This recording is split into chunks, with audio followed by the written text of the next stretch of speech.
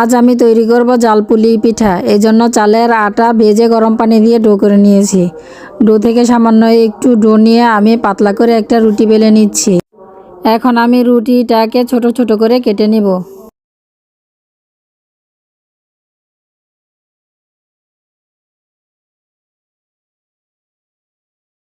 আলু আর ফুলকপি ঝাল করে ভেজে নিয়েছি। এরপরটাই এই রুটির মধ্যে দিয়ে আমি ভাজ করে নেব। এখন আমি পুলি পিঠার শেপ দিয়ে দিচ্ছি। এই ভাজিটা ঝাল বলে এর নাম হচ্ছে জাল পুলি। দেখুন আমি কিভাবে পুলি পিঠার ভাজটা দিচ্ছি।